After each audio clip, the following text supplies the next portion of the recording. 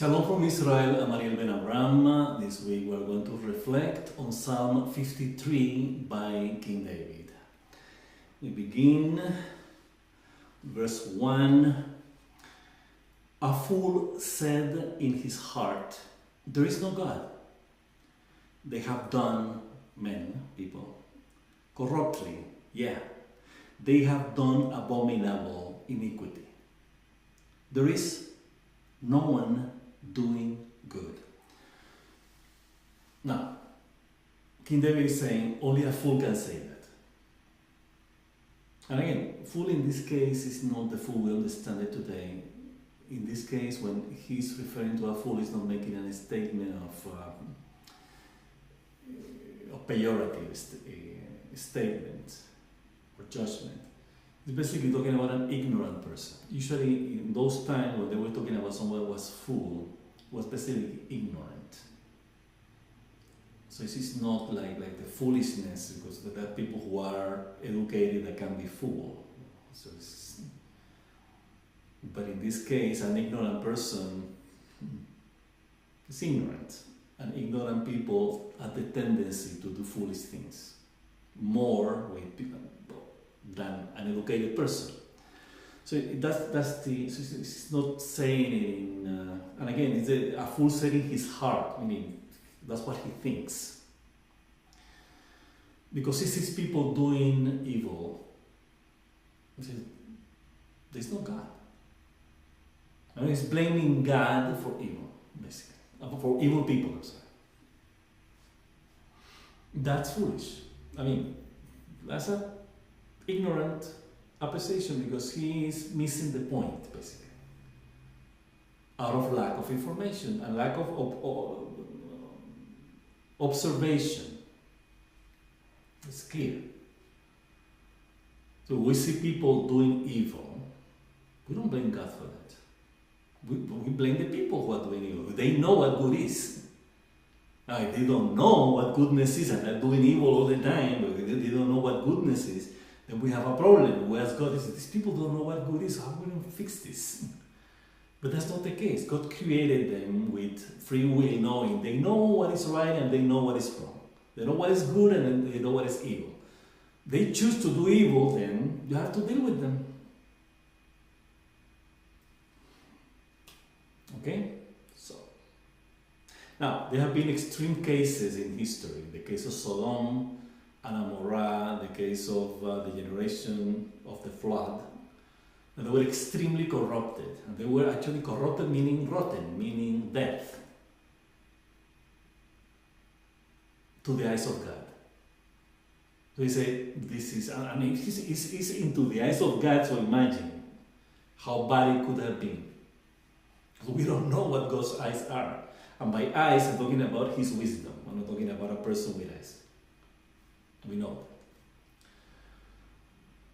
So then he said, that's so wicked that this is too much wickedness here. We have to fix this. We have to destroy these people. They were dead already. In other words, they lost their point, their destiny, their reasons to exist was lost. So it was corrupted into the eyes of God, meaning they were dead. When something is corrupted, it's dead already. We cannot use it. And so the same thing happened with Sodom. What an extreme evil is like, God said, I cannot allow this kind of evil to remain in this. So you have to be an extreme thing, extreme situation, in which God's compassion and goodness just can't be. Okay. So, but in this case, we're talking about people who are doing evil out of choice. That's they choose to be evil. They don't choose goodness, they choose evil. Okay, verse 2. God from the heavens looked on the sons of men to see if there's an understanding one seeking God. In other words, God is putting good and evil, but he expects us to choose goodness. So he created good and evil. And evil as a reference, not as a choice. We have said this many times. So he expects us to choose goodness. That's what it says. He sees like, I expect you to use your understanding. He sees to see. I hope you to know what is the right choice, which is obvious, common sense choice. Especially if it's about us, not about other people. We choose for our benefit, our goodness. Something good to us happen to us. And we also want that for other people. Okay. Verse 3, everyone went back together. They became filthy. There is no one doing good, not even one. Now again, we don't know who's talking, if it's the fool, the ignorant, or is King David. Because sometimes he does that. He put the other person to speak for themselves in the psalm. There are many situations in which it changes who's talking. So we have to pay attention to this. And again, we can understand it as if he is talking. But he knows that that's good people. David Hamelech knows that. Beginning with his own people, Israel. So he cannot be saying this. Or if he may say this, he's doing probably in a different context, we will see. Everyone went back, let's repeat it. When together they became filthy, there's no one doing good, not even one. Verse 4. Have not workers of iniquity known? Those eating people have eaten bread. God they have not called. Again, this is a literal translation. We try to understand the semantics in the way it is written. And again, when they say they went back, they went back together and became filthy. In other words, they're choosing basically the negative aspect of reality. In this case, they have not workers of iniquity known. They don't have known workers of iniquity. Those eating my people, it's regarding the enemies of Israel, that they have eaten bread. In other words, they know what goodness is, but they choose evil, as we were saying before. Okay, so that they eat bread, meaning there's something good that they take out, although they're wicked. Okay, the work is in iniquity. God have not called them. Meaning, in this case, it's not that God is not calling them directly like someone who is calling. They are not responding to God's call. What is God's call in this case? Goodness. In other words, it's not a man waiting, come to me and waiting for you. Again, when we conceive in Judaism, God is something goodness. Goodness. It's a quality, it's not a person. Unless we understand that when God is not calling them, it's a goodness. They're not calling goodness. Goodness is there. Like God is there all the time. Here all the time. Then you have to choose back by making the right choice. And again, this choice is goodness. So it's like God is not calling them. So goodness is not calling them in terms of they're not good. And again, the semantics of this is ancient Hebrew and this is complicated. But that's the idea. And we understand it that way, by the way. We understand, it's understandable. Verse 5. There they feared a fear. They were afraid of a fear. There was no fear. For God has scattered the bones of him who is encamping against you. Talking about enemies. And again, David is talking now probably to his soldiers. You, God, has put to shame, for God has despised them. In other words, goodness despises evil. In the same way that evil despises goodness, goodness despises evil. That's the way it is, that mutually exclusive. as we said before in other commentaries. This is not like the gray, like a little evil, a little good. It's either or. It's very important. And this is what it is here. God despises the goodness, despises evil. Now, there they feared a fear. In other words, our enemies fear because we're good. Israel army, Israel people, his people, Israel's people. There was no fear. In other words, he's talking to his soldiers. He said, we have the enemy, they have fear, we have no fear. There was no fear, there's nothing to fear. In goodness, there is nothing to fear. Although the people who are wicked, they do fear.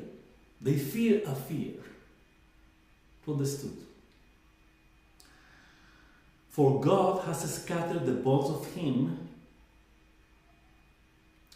who is encamping against you. In other words, goodness separates itself from evil.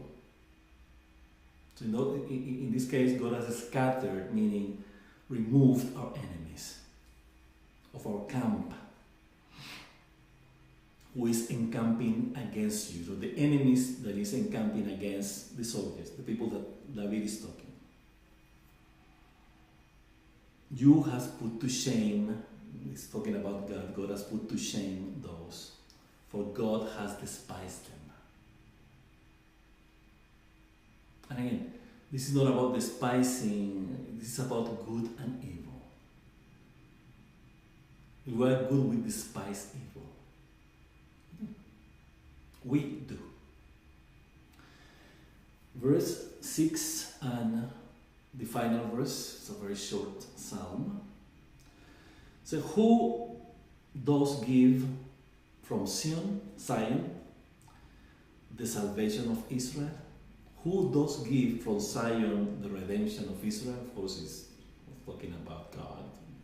When God returns to the captivity of his people, Jacob will rejoice, Israel is glad. Now, this is interesting because David is doing this psalm in times of war against the Philistines, against the other nations who were occupying the land of Israel, and he by commanded by the Torah, by God, is fighting these people to take them out of the land and Israel occupy the land promised by God. So in this case, talking about, at that moment, it's like, God is our Redeemer, God is with us, he's destroying our enemies, but at the same time, he's talking about something beyond his time, which is about the final redemption. This verse is clearly related to the final redemption of Israel. So who gives the salvation to Israel? From Zion, from the temple, from Jerusalem, from our connection with God, as we have said before, because the temple and Jerusalem represent the eternal connection, bonding of Israel and God. So relation comes from this bonding. So we say it's coming from Zion, or Zion. We're talking about it's coming from our connection with God. When God turns back the captivity of his people. Our captivity is where we're caught up with these evil people. Meaning we're with them. We allow them to be in our consciousness. We allow them to make decisions for us, to make our choices. We're talking about egos, fantasies, and illusions, and negative traits and trends in consciousness. Those are enemies now. Still, we have the physical enemies, but let's try to understand it that way. But he will come for his people to take his captivity out. Jacob will rejoice, Israel is glad. Jacob and Israel are two levels of consciousness of Israel. The material expression is Jacob, the spiritual expression is Israel. So Jacob will rejoice, meaning our physical life, our physical reality will be a delight, a matter to rejoice. And Israel, our higher consciousness, will be glad. So both of them are going to be the same, basically. But this is about the future. So in this case, this verse is a prayer during the time of war King David is asking God, we have our enemies, he's encouraging the army to trust God. He knows that God is despising the enemy because it's different, it's opposite. That's why God is fighting evil, because we are on the side of goodness with God. And God is good. And God wants goodness to prevail in the world and of course in our consciousness. So this is how our captivity would be released, finished. And our salvation is coming from Zion, meaning from Zion, from this connection. When we make the awareness of this connection permanent. And again, it's not being, I'm connected with God, I'm connected with goodness. I want only goodness, I want to remove all the evil, the negative trend and threats in consciousness out of myself, out of my intellect, out of my reasoning, out of my mind, out of my emotions, out of my feelings, out of my passions and instincts, out of my speech, out of my actions. Then we will be redeemed. We will defeat our enemies. Of course, our enemy will be defeated. And then our redemption is automatic because we are only living within these fortresses, this fortress city called Jerusalem, which represents, as we have said many times, our highest level of consciousness, which is the level in which we connect and bond with God's love. Okay, so with this we finish our reflections on Psalm 53 by King David, wishing you as usual an abundantly blessed week. Shabbat Shalom, and until next time.